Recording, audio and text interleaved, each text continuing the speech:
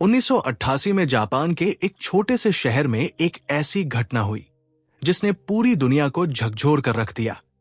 एक 17 साल की मासूम लड़की जुंको फुरुता को 40 दिनों तक नर्क से भी बदतर यातनाएं सहनी पड़ी। आज हम इस दिल दहला देने वाले केस की सच्चाई को जानेंगे। नमस्कार दोस्तों, मेरा नाम है अक्षित और मैं एक नए मर्डर केस की कहानी लेकर आया हूं। मुझे यकीन है कि आपने आज तक ऐसी भयानक और खौफनाक घटना ना तो देखी होगी और ना ही सुनी होगी।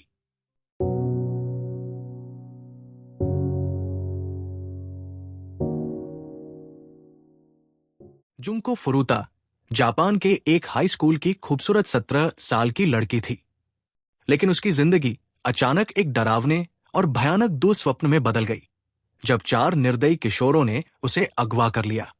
इन 4 आरोपियों के नाम थे हिरोशी मियानो, जो ओगुरा, शिंजी मिनाटो, यासुशी वतनबे। उन्होंने जुंको को किडनैप कर लिया और लगभग 40 दिनों तक उसकी जिंदगी को नर्क बना दिया।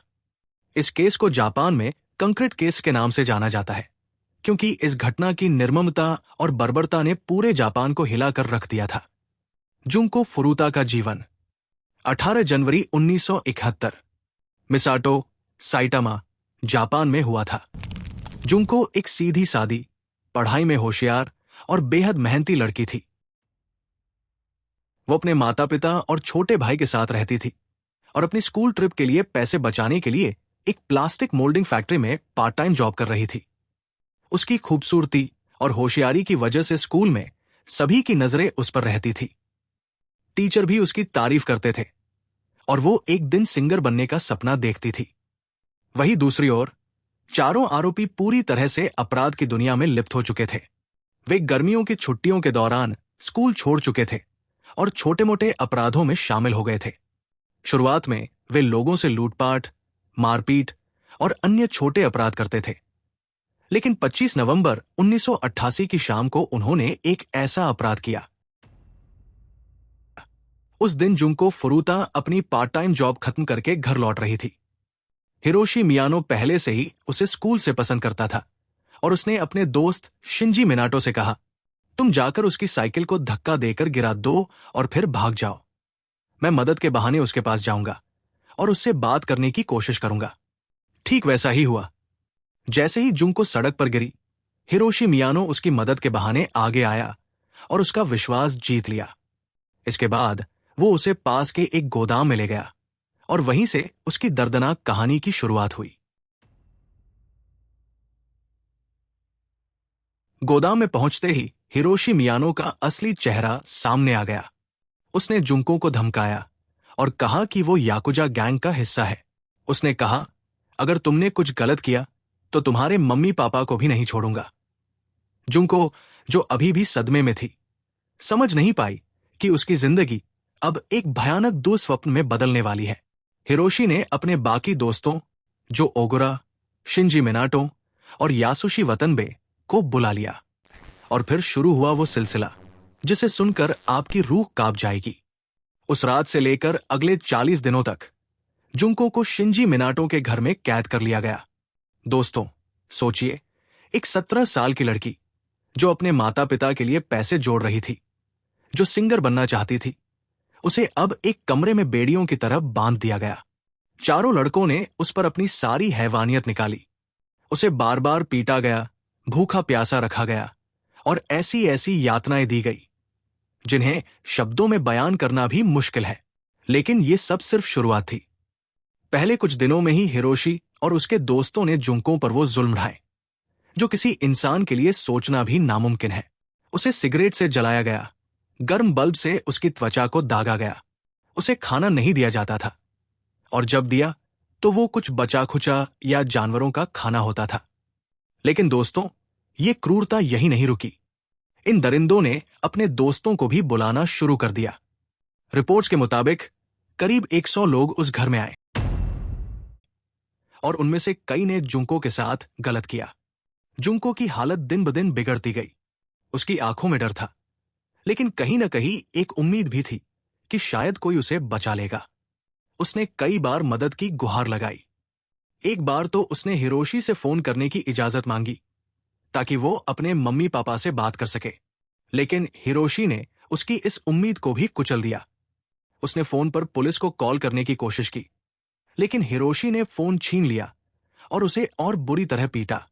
सब चुप क्यों रहे?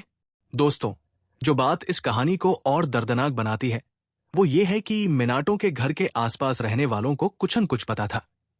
पड़ोसियों ने कई बार चीखें सुनी, लेकिन किसी ने पुलिस को फोन नहीं किया। यहां तक कि मिनाटो के मम्मी पापा भी घर में आते जाते थे, लेकिन उन्होंने भी आंखें मूंद ली। शायद उन्हें डर था, या शायद उन्हें फर्क ही नहीं पड़ता था। लेकिन जुंको के लिए हर वो चुप्पी एक और सजा थी। आखिरी दिन और उसकी मौत। 40 दिन तक ये नर्क झेलने के बाद 4 जनवरी 1989 को जुंको की कहानी का सबसे दुखद अंत हुआ। उस दिन हिरोशी मियानो एक महजों गेम हार गया था। अपने गुस्से में उसने और बाकी लड़कों ने जुंको पर सारा कहर बरपाया। उन्होंने उस पर लाइटर फ्लूइड डाला और आग लगा दी। उसे लोहे की छड़ से पीटा और घंटों तक उसकी चीखें गूंजती रही। आखिरकार जुंको का नाजुक शरीर इस दर्द को और सहन नहीं कर पाया और जुंको की मृत्यु 4 जनवरी 1989 को हो गई। वो इस दुनिया को अलविदा कह गई। वो हमें छोड़कर चली गई। लेकिन इन दरिंदों ने यहां भी नहीं रुके। उन्होंने उसके शव को एक 55 गैलन ड्रम में डाला, कंक्रीट से भर दिया और उसे कोशिगाया शहर के एक सुनसान इलाके में फेंक दिया। दोस्तों, ये अपराध इतना भयानक था, लेकिन सच सामने आने में वक्त लगा। कुछ महीने बाद जनवरी 1989 में हिरोशी मियानो और जो ओगुरा को एक दूसरी लड़की के साथ गलत हरकत करते हुए पकड़ा गया। पुलिस की पूछताछ में मियानो घबरा गया और उसने जुंको की हत्या का राज खोल दिया।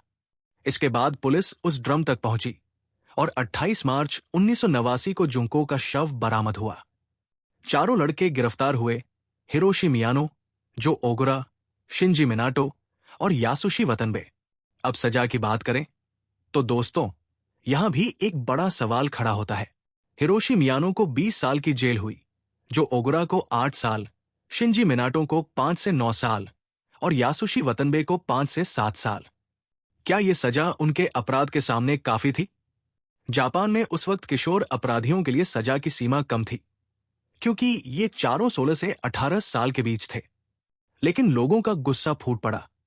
जुंको के मम्मी पापा ने कोर्ट में कहा, हमारी बेटी को 40 दिन तक मारा गया और इनकी सजा इतनी हल्की क्यों?